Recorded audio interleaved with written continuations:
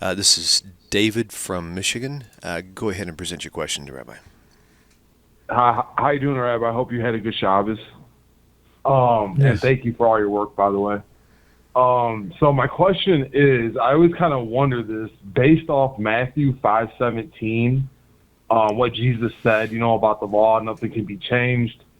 Do you feel like maybe Jesus had a whole different idea for Christianity compared to what Paul turned it into? Like maybe Jesus just wanted Christianity to be another kind of sect of rabbinic Judaism, and that's pretty much it. It has been said that if you would have locked Matthew and Paul into a room, that only one of them would have come out alive. That's funny. In that Matthew, in the Sermon on the Mount, which stretches over 3 chapters, Matthew 5 through 7, the author seems to convey that Jesus was stating that he did not come to destroy the law, but to fulfill it. And in fact, anyone who changes even the smallest part of it would be considered least in the kingdom of heaven. And unless your righteousness exceeded that of the Pharisees and scribes, which is the same thing, which was the gold standard, that means Orthodox Jews. A Pharisee means exactly the same thing as an Orthodox Jew does today. The term Orthodox Jew was coined just a couple of centuries ago, but it means exactly the same thing. So unless your observance exceeds that, then you can't even enter heaven. That's what seems to be conveyed there.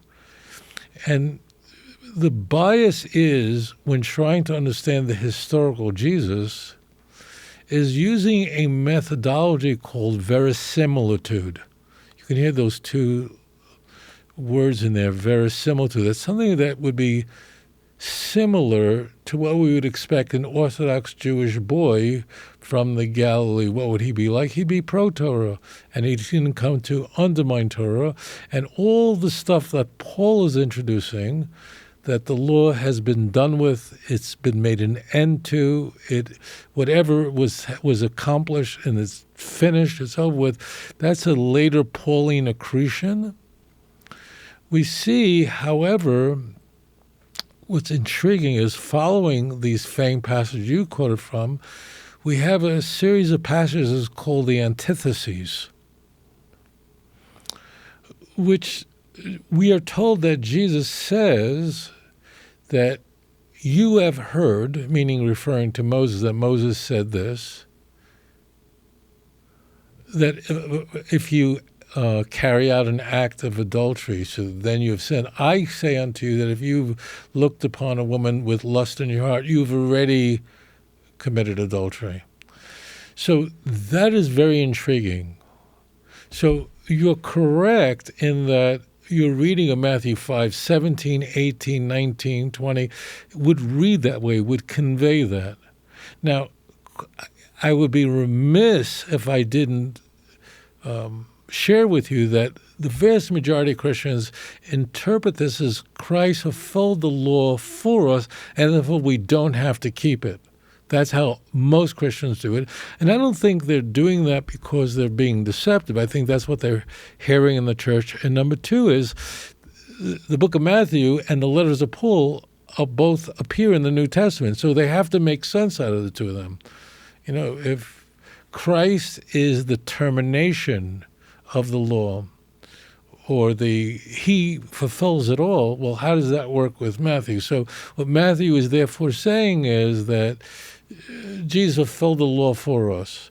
But those who are pronomian, meaning those who believe that the original Jesus wanted us to keep Torah, so they certainly rely on Matthew 5:17, and antinomian Christians have a hard time. They have to make sense out of it, but their explanations are torturous. What I think people miss is the antitheses. The antitheses stretch for many passages in the 20s all the way to the 40s, which is then, it conveys that, in fact, if you already feel angry at someone, you already murdered him. If you feel lust in your heart towards a woman, you already committed adultery. Now, what are those? So he's saying, you, and this is very important, in the Sermon on the Mount, he is saying in chapter 5 that you have heard, meaning if you look at the Torah of Moses, in brackets, that only if you actually commit the act of adultery, so then you've committed the sin. But I'm saying to you that if you want to commit the sin and you feel lust in your heart, you've already did it. Now, what does that do? So that's a modifier. And I think that modifier does shed new light on Matthew 5, 17, 18. And the modifier is saying that you can't do that. Because you can say, well, I would like to sleep with that man, but I'm a married woman, so I won't. That woman is very, very pretty. My wife is far away. I'm in Las Vegas. What goes on in Vegas stays in Vegas. So I'm not going to do it. I feel desire to do it, but I'm not going to sleep with that man, even though he's very attractive and even though my husband would never find out. But I'm not going to do it because the God of Israel says that this is a forbidden relationship. So in the Jewish faith, the woman who feels lust in her heart but doesn't follow up on it, so she's considered a much greater person. She had the opportunity, he had the opportunity, but he resists that opportunity, so that's the person greater. In the antitheses of Matthew 5, which is acting as a modifier, is saying that you can't do it. Because while you can abstain from committing adultery, the actual act of adultery, no one cannot feel any lust. That's not possible. It's not humanly possible unless you live on a deserted island with just you and your wife. So there are islands like that in Indonesia which are completely uninhabited. So what is happening in the antitheses is that Matthew is the author of the first gospel is conveying that Jesus wants you to know that you can't do it. You follow? You cannot do it. And therefore, unless your righteousness exceeds that of the Pharisees and scribes, which is very intriguing. Why does it say exceeds that of the Pharisees and scribes? Why don't you just say, unless your righteousness is the same as the Pharisees? Because exceeds means the Pharisees taught that if you commit the act, you sin, and conversely, if you resist the lust, and you turn to many people who would commit many sins, but they don't do it, even though they want to do it, because they fear Hashem, they fear heaven. So it is the modifier of the antitheses that really then places Matthew 5, 17, 18, 19, 20 in a new light where we see Paul's view creeping in. You can't, because Paul held, this is very important, that theoretically, if you can keep the law, then you don't need Jesus. In Paul's view, if you can keep the Torah of Moses, then you don't need Jesus.